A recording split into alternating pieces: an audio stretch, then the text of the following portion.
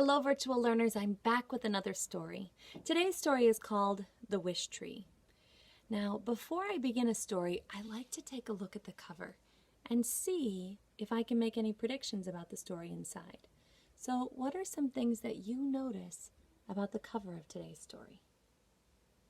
So, what is the setting? It looks like it's happening in the woods. And what season is it in the woods? I agree that snow lets me know that it's winter. Now I also see one character on the cover. What's he doing? Do you have any predictions about what this story might be about now that you've taken a minute to look at the cover?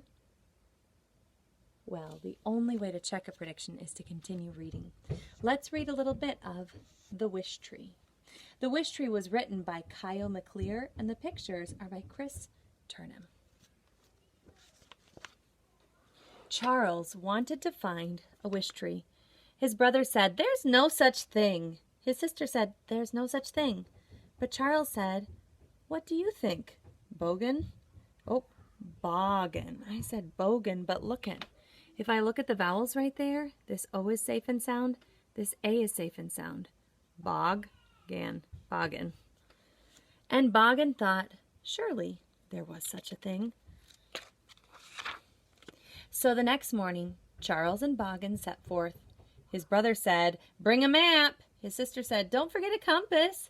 But Charles and Boggin were already well on their way into the woods. La-dee-da-dee-da-dee-da, sang Charles. Wish, sang Boggin.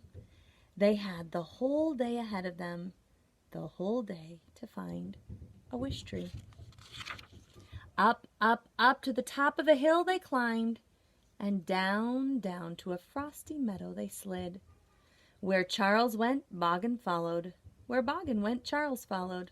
Charles and Boggin did not see the wish tree, but they did see Squirrel, who was puzzling over how to get some hazelnuts to his home. La-dee-da-dee-da-dee-da, sang Charles. Wish, sang Boggin. Now there's a part of the story I almost missed. There's a speech bubble, and it says, "Hold on tight."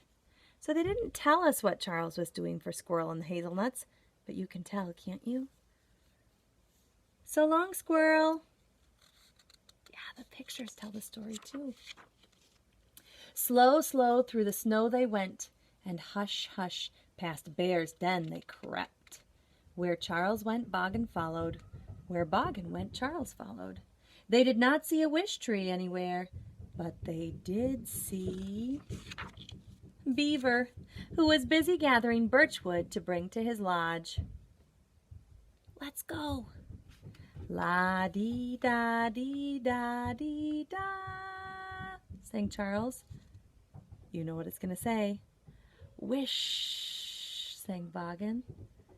Bye-bye, Beaver. Slide, glide, across the ice they slipped, past a few logs and round a bend. Where Charles went, Boggin followed. Where Boggin went, Charles followed. The wish tree was nowhere to be found, but they did find Fox, who was late getting berries to her burrow. Load 'em up. La-dee-da-dee-da-dee-da, sang Charles. Wish, sang Boggin. Keep warm, Fox. I like how we can see under the snow into Fox's cozy burrow. A burrow is a hole under the ground that some animals will live in. Now they had less than half the day ahead of them, less than half the day to find a wish tree. We need to move a little faster, Boggin, said Charles. Just by looking at the pictures, can you tell some of the animals that Charles and Boggin helped? What did they do for these animals? If you need to, take a minute and pause the story. See if you can fill in the blanks where there are no words. What do the pictures show us? When you're ready, press play again. Charles and Boggin were moving very slowly now. Their shadows were growing longer. The whole day was almost behind them. Boggan, Charles said, I'm tired. I cannot search any longer. Shh, whispered Boggan. What do you notice? Why are all of these animals coming to help Charles? What is your prior knowledge from the story? That means, what do you already know about beaver and squirrel? About bear and deer? When Charles awoke, it was snowing. It was snowing on squirrel, and it was snowing on beaver, and it was snowing on fox, and it was snowing on everyone. For a moment, Charles could not see through the falling snow, but then he said, "Oh, look." "See, Boggan," said Charles, "just as we thought." And Boggan said, "Wish." Charles wrote his wish on a piece of paper and tied it around a branch of the wish tree. The snow was falling more gently now. The animals were preparing a night feast with hazelnut souffle, a pot of birch tea, and biscuits made of berries. Charles and Boggan celebrated with their friends until it was time to be on their way. The moon was glowing brightly. La-dee-da-dee-da-dee-da, sang Charles.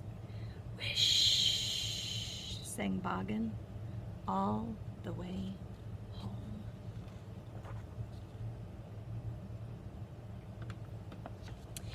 Now, at the beginning of the story, two of the minor characters, minor means small or little, were Charles's brother and sister, and they both said there's no such thing as a wish tree. You'll never find one of those.